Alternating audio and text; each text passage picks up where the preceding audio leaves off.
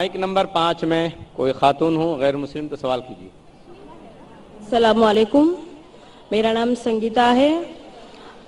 میرے شوہر نے اسلام قبول کیے، میں ہندو ہوں، تو انہوں نے مجھے اسلام کے بارے میں سب کچھ بتایا اور مجھے قرآن کی کتاب لا کے دی اور میں نے اسے عمل کیا کہ اللہ ایک ہے اور مورتی پوجا غلط ہے، تو میں نے اسلام قبول کی اور مجھے اسلام کرنا ہے۔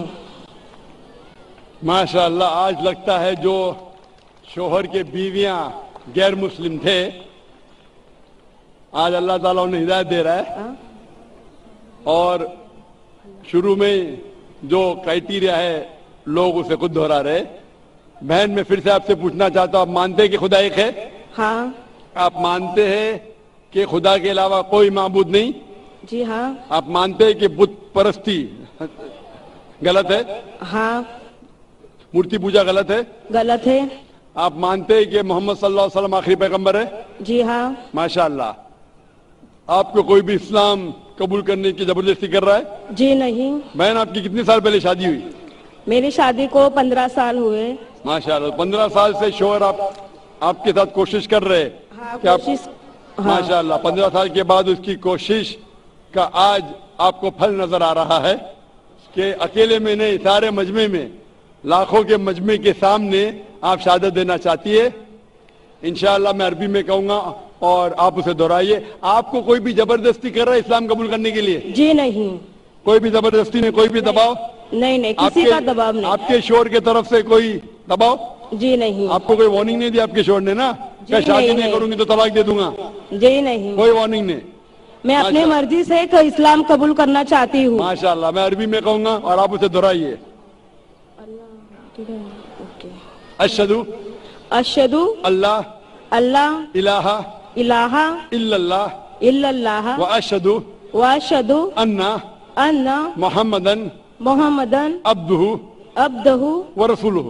ورسولہ۔ میں شہادت دیتی ہوں میں شہادت دیتی ہوں کہ اللہ کے علاوہ اللہ کے علاوہ کوئی معبود نہیں کوئی معبود نہیں اور محمد صلی اللہ علیہ وسلم علیہ وسلم اس کے پیغمبر اور بندے ہیں۔ ماشاءاللہ مسلمان ہو چکی ہے اور اللہ آپ کو جزائے خیر دے، اور میں دعا کرتا ہوں کہ آپ اسلام کے بارے میں اور پڑھیے، قرآن مجید کا ترجمہ پڑھیے اور اس کے اوپر عمل کیجئے۔ قرآن مجید انسانیت کے لیے سب سے بہترین کتاب دنیا میں ہے، ساری دنیا میں سب سے بہترین کتاب ہے قرآن مجید ہدایت کے لیے۔ آپ اس کا ترجمہ پڑھیے اور اس کے اوپر عمل کے لیے انشاءاللہ میں دعا کروں گا کہ اللہ آپ کو اس جہاں اور آخرت میں بھی انشاءاللہ جنت فرمائیں انشاءاللہ۔ اور میرا ایک سوال ہے، جی ہاں، تاکہ میں اسلام قبول کی ہوں تو مجھے اسلام کے طریقے نکاح کرنا پڑے گا کیا؟ بہن کا اہم سوال ہے، کیا آپ نے اسلام قبول کر چکے ہیں تو کیا اسلام کے طریقے سے نکاح کرنے پڑیں گا؟ بے شک، کیونکہ پہلے آپ نے کیسے نکاح کیا میں جانتا نہیں ہوں، لیکن اگر صحیح طریقے سے جس طریقے سے نکاح کرنا چاہیے نہیں کیا، آپ کو کرنا پڑے گا۔ اور ایک چیز ضرورت ہے، آپ کے شوہر، ہونے والے شوہر یا شوہر کو مہر دینے پڑے گا۔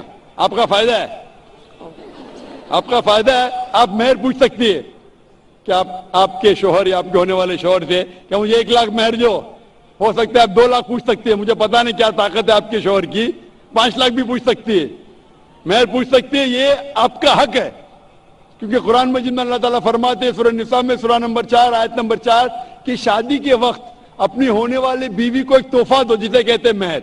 مہر شادی کے لیے، نکاح کے لیے فرض ہے، اور آپ کو اسلامی طریقے سے شادی کرنے پڑیں گا، اور انشاءاللہ کوشش کرو کہ جتنی بھی آپ جانکاری رکھتے اسلام کے بارے میں، اس کے لحاظ سے آپ اور آپ کے شوہر اس کے اوپر انشاءاللہ اپنی زندگی بسر کریں۔